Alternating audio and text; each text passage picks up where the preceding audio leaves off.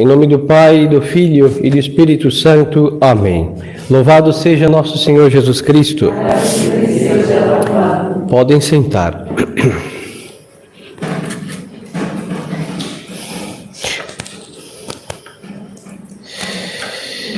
Estimadas almas, seguindo nosso amigo aqui, o Padre Faber, nessa manhã, vamos falar sobre a solicitude pela salvação das almas.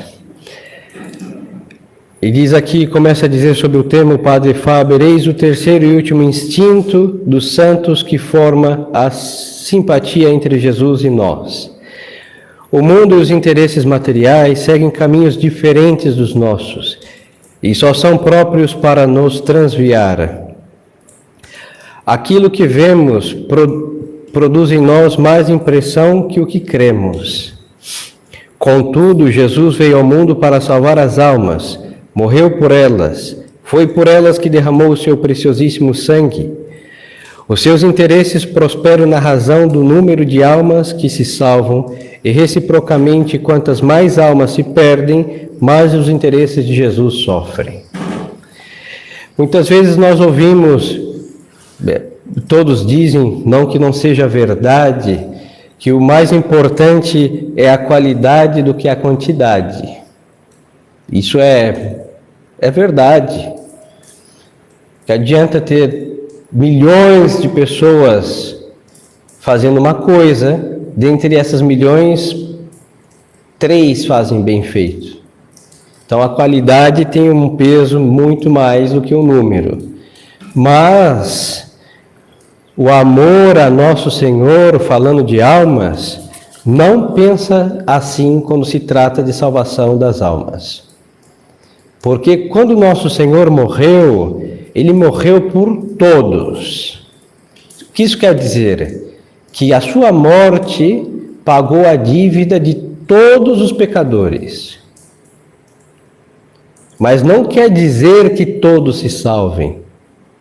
Porque é necessário que o preço que Ele pagou por todos e cada um dos mortais, desde Adão até o último que nascer antes da consumação dos séculos, é necessário que se aplique a estas almas. Aí vem o batismo, que é a primeira aplicação da redenção a nossas almas, e os demais sacramentos. A confissão, quando falamos de adultos já, pessoas com uso da razão, e os demais sacramentos.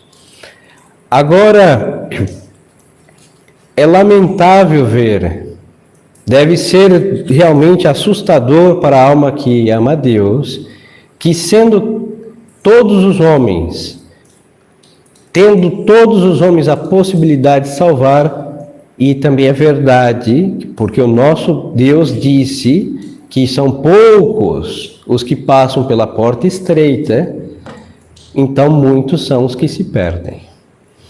Já nos falava esta triste verdade, porque a realidade do homem, os santos padres da igreja, os primeiros 5, 6, 7 séculos da nossa fé, onde havia muito fervor,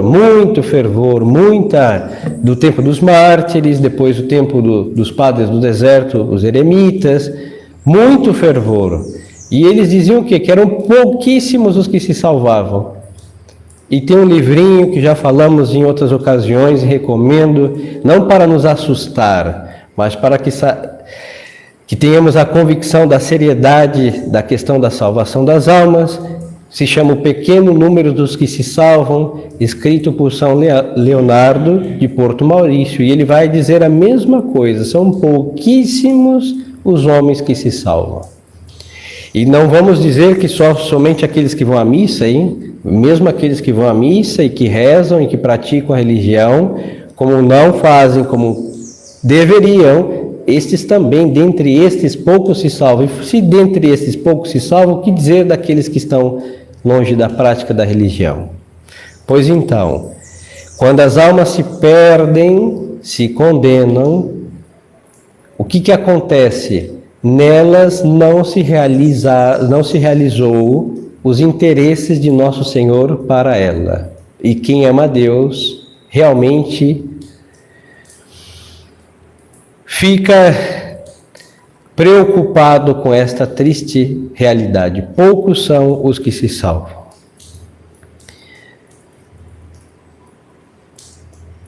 Aí diz aqui o padre Faber, porque nosso Senhor sofre por ver que nestas almas, que Ele pagou tudo, todo o preço, todas suas dívidas, elas não fazem caso deste valor infinito que é a redenção de Deus para ela.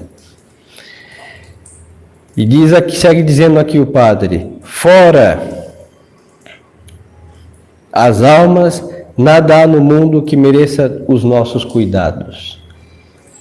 Então, esse zelo que já havíamos dito, seguindo o mesmo padre, pela salvação das almas, é estar preocupados com aqueles que não fazem caso da redenção que nosso Senhor deu, mas é necessário que se aplique e elas não estão muito preocupadas com isso.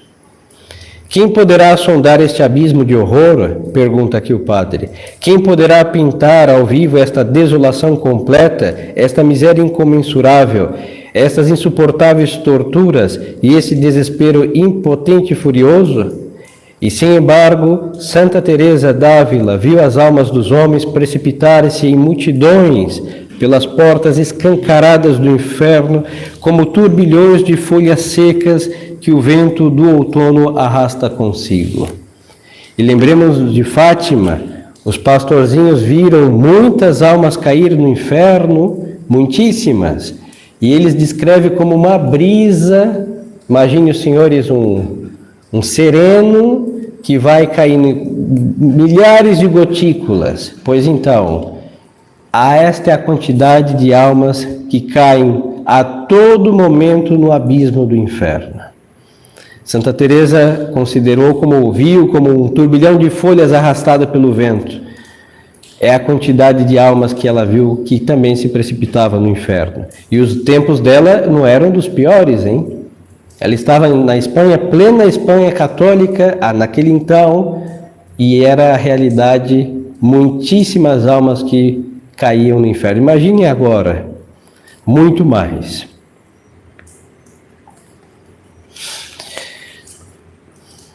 E Jesus esteve suspenso na cruz durante 3 horas por cada uma dessas almas perdidas, perdidas para sempre. Então isso é assustador, sim, senhores.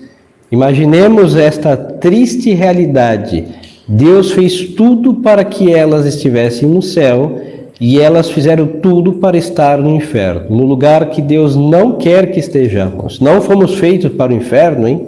Lembremos das palavras de Nosso Senhor, quando ele disse, ide, malditos, ao fogo eterno, preparado para o demônio e seus anjos. Não foi feito para os homens. Que os homens caiam ali é outra coisa. Estarão em casa alheia. E o pior dos anfitriões, o demônio vai judiar delas para sempre. E por quê? Porque elas não fizeram caso da redenção que Nosso Senhor deu para as suas almas. E todas poderiam estar agora brilhando puras e radiosas no reino dos céus, entre os serafins, querubins e demais anjos, entre os santos e todos os bem-aventurados, e vão para o inferno porque quiseram. Por isso é uma loucura, loucura mesmo isso, de não se fazer caso a Nosso Senhor. E quem sabe se elas nos amaram e nós a elas neste mundo, sendo muito dignas desse amor por muitos motivos, seriam generosas, boas, dedicadas, nos amaram, mas amaram o mundo, deixaram-se subjugar pelas suas paixões, quase sem darem por isso, crucificaram de novo Nosso Senhor e agora ei-las perdidas, perdidas para toda a eternidade. Então, que adiantou a longa vida, a prosperidade, as alegrias, seus bons empregos, bom nome, status, suas viagens, seus livros lidos, seu conhecimento exímio, para estar no lugar que é o lixo do lixo, chamado inferno. Por que estranhar que os servos de Jesus tenham solicitude pela salvação das almas que o próprio Jesus tanto amou? Pois então, o interesse e a preocupação com as almas que estão no caminho da perdição é justamente o fundamento, a razão é por quê? Porque Jesus ama elas, nosso Senhor as ama, e por isso nós nos preocupamos com todos aqueles que Deus ama. Os pecadores, alguma santa, peço perdão por não me lembrar o nome dela nesse momento, nosso Senhor disse que quando alguém desejasse muitas graças, rezasse pelos pecadores. É o alvo das preocupações de nosso Senhor, do coração de nosso Senhor no céu, os pecadores, porque se morrem como tais, estarão perdidos para sempre. É isto que explica o seu zelo pelas missões, pelo ensino, pela fundação de comunidades religiosas, pelos retiros, pelas indulgências e pelos jubileus. Aí aqui o padre já vai mostrar também as almas do purgatório, que é verdade que elas estão salvas, hein? Do purgatório é impossível cair no inferno, impossível. A sentença da alma do purgatório é a salvação, mas elas estão ali sendo purificadas num fogo que é o mesmo fogo do inferno, em lugares distintos. Uma coisa é o lugar do inferno, que é lá nas profundezas mesmo, e outra coisa é o lugar do purgatório, mas é a mesma chama. Que estão lá talvez por 3, 4, 5 mil anos, segundo o decreto da justiça de Deus, e nosso Senhor deixa a condição: se alguém rezar por vocês lá na terra, eu abrevio o seu purgatório. Então tem almas, vamos pensar nos nossos, que estão ali, nossa tataravó, bisavó, e daí para trás, lá dezenas de anos no purgatório, e não tem um neto que reze por ela. Também essas almas sofrem, e nosso Senhor sofre porque o descaso dos mortais para com os vivos, os pecadores, é imenso, e o descaso com aqueles que já partiram para a eternidade também é imenso. Nós vemos que, graças a Deus e à Santa Igreja, existe o dia 2 de novembro, que é o dia de rezar pelos mortos, que neste país, graças a Deus, é feriado. O que as pessoas vão fazer no 2 de novembro? Vão para a praia, vão passear, zanzar por este mundo e conquistar o inferno. E os defuntos, esquecidos, a terça parte, a daí para menos, dos mortais que vão ao cemitério depois de um ano sem pisar ali, vão deixar uma flor, talvez, uma vela, uma Ave Maria a pressas, e até o 2 de novembro do ano que vem, se Deus assim o permitir. E a Igreja sempre foi zelosa pela salvação das almas. Por isso as missões, a todas as práticas que a Igreja faz neste mundo, é para dar glória a Deus, o culto, a Santa Missa, a liturgia, glória a Deus, mas também para salvar as almas. E não faltaram homens incansáveis em pregar o Evangelho. Nós somos fruto de uma missão, hein?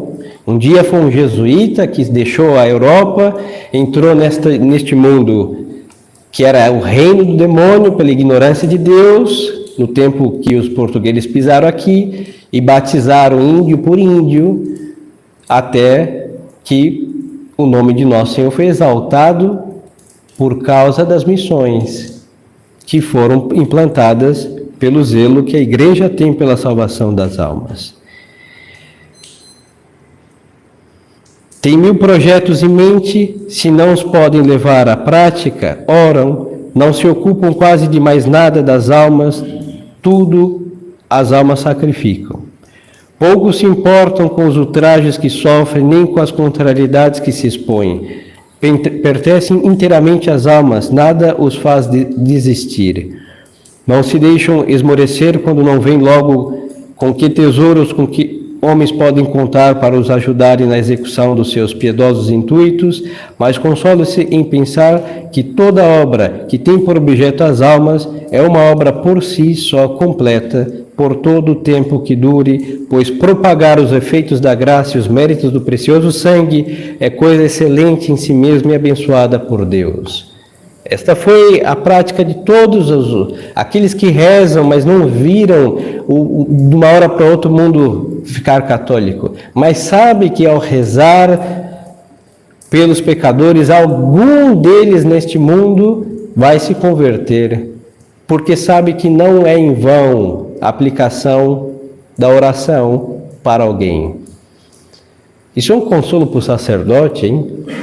Eu falo, 10 anos de sacerdócio podemos falar a respeito. Muitas vezes nós não vemos a obra da graça assim com os olhos nus e míopes, mas Deus faz maravilhas nas almas que às vezes é melhor não ver, não? Os segredos de Deus, Deus no segredo faz muito mais do que a olhos nus podemos observar. E quando observamos, é porque Deus já fez proezas e maravilhas, que transborda ao exterior. Mas quantos, e é muito prazeroso saber que por Deus ter chamado, quantas vezes no hospital você vai visitar um doente e de repente está ali alguém que há anos não via um sacerdote, há anos não sabia, nem dizia Ave Maria nenhuma, estava tudo para o demônio ter engolido e via a batina passar, padre, quero me confessar. E foi a confissão derradeira que lhe abriu as portas da eternidade. Confesso que é magnífico ver isso. É prazerosíssimo de saber que, fez a vida inteira tudo para estar no quinto dos infernos e arrancamos das goelas de Satanás uma alma e entronizamos no paraíso. Isso é magnífico, hein? Fazer o diabo vomitar almas é realmente magnífico. E por que às vezes nós conseguimos esta graça? Porque alguém em algum lugar do canto rezou por um pecador e justamente foi aquele atingido em cheio pelas preces devotas de alguém que ama a Deus e não quer que as almas que Deus pagou caro se percam. Então rezem pelos pecadores sempre. Os senhores às vezes não veem, mas as graças se aplicam, sim Senhor, e muitos se salvam por uma oração devota feita por alguém que está em agonia neste momento. Aí o padre vai dizer aqui que poderia se dizer muito, muito, muito pela glória de Deus, escrever-se livros, mas fica claro para quem já conhece os interesses de Nosso Senhor, que temos visto nesta visita, que é o interesse de Nosso Senhor, é a salvação das almas para aumentar a glória do seu eterno Pai. Então as almas que amam Nosso Senhor carregam consigo as preocupações de Nosso Senhor, então isso não precisa de um livro não, fica mais que claro que nós devemos fazer de tudo para salvar as almas. Aí ele vai contar uma história que havia um jesuíta, um sacerdote muito piedoso, muito temeroso de Deus. E este sacerdote, ele tinha um costume muito santo de oferecer todas as suas indulgências pelas almas do purgatório. Mas certo dia, este padre ficou com uma dúvida. Eu ofereço para as almas do purgatório que estão abandonadas, ou ofereço pelas almas do purgatório que estão na porta do céu e só falta uma indulgência para saírem do purgatório? Eu creio que muitos já pensaram nesta possibilidade. Ou socorrer as que estão lá no fundo das chamas do purgatório, ou aquelas que estão na porta, porque a indulgência vai levá-las ao céu e temos mais um bem-aventurado no paraíso.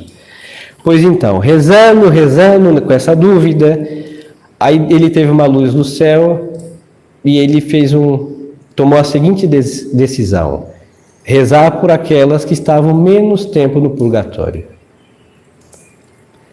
Aí pareceria assim um simplismo, mas sabe qual foi a razão?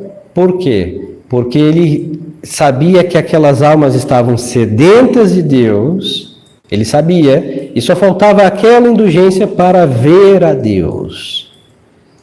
E assim oferecendo essa indulgência, essas almas estariam no final, no termo da sua viagem, que é ver a Deus. Então, ele foi muito acertado nisso. E nosso Senhor lhe aprovou por ele rezar mais pelas que estão na porta do paraíso, no alto purgatório, chamado assim por alguns, do que por aqueles que estavam lá, longe ainda de sair do purgatório. Mas outros santos faziam o contrário, rezavam mais pelas almas que estavam lá esquecidas no purgatório que as que estavam na porta do purgatório. Por exemplo, São Vicente Ferrer. E se não faltar aqui também, a irmã Francisca do Santíssimo Sacramento, que era uma irmã carmelita, e outros santos que tinham uma devoção especial pelas almas abandonadas. E porque Deus, quando nós amamos a nosso Senhor, quando nós nos preocupamos com os interesses de nosso Senhor suscita tudo o que é necessário para o cumprimento da sua divina vontade. Então, esse jesuíta foi iluminado por Deus para tirar as almas que estavam perto do céu, e Deus também suscitou ao mesmo tempo almas para rezar por aquelas que estavam longe do paraíso, no mais profundo do purgatório. Então, queridas almas, vemos assim que tudo que Deus ilumina as almas que o amam só pode concorrer para o bem daqueles que Deus tem em vista salvá-los. Tanto as almas do profundo purgatório, como aquelas que estão na porta do céu, como o mais pecador perdido na face da terra, e aquele doente agonizante que está meio aflito e não foi tão pecador assim, mas bom, terá alguém que o socorra, e todos os que estão sofrendo encontrarão socorro, porque os que amam a Deus farão tudo para socorrer cada um em suas necessidades. Então, estimadas almas, peçamos a nosso Senhor este grande interesse pela salvação das almas. E eu digo também, como havíamos principiado esse sermão e concluímos, no número também, quanto mais almas conhecerem e amarem a nosso Senhor, mais glória nós daremos a Deus. Então, às vezes é um consolo, não tiro a verdade e repito que é melhor a qualidade do que a quantidade. Mas falando da glória de Deus, nós temos que ter uma santa ambição, muitas almas e as melhores todas elas para nosso Senhor. Isso sim corresponde com a generosidade do coração de Jesus que se entregou na cruz por todos. Então, peçamos a nosso Senhor esta santa ambição de querer salvar todas as almas que pudermos, por nosso amor a Deus e nossas orações devotas. Que Nossa Senhora nos conceda esta graça e os santos de nossa devoção intercedam por nós. Louvado seja nosso Senhor Jesus Cristo. Em nome do Pai, do Filho e do Espírito Santo. Amém.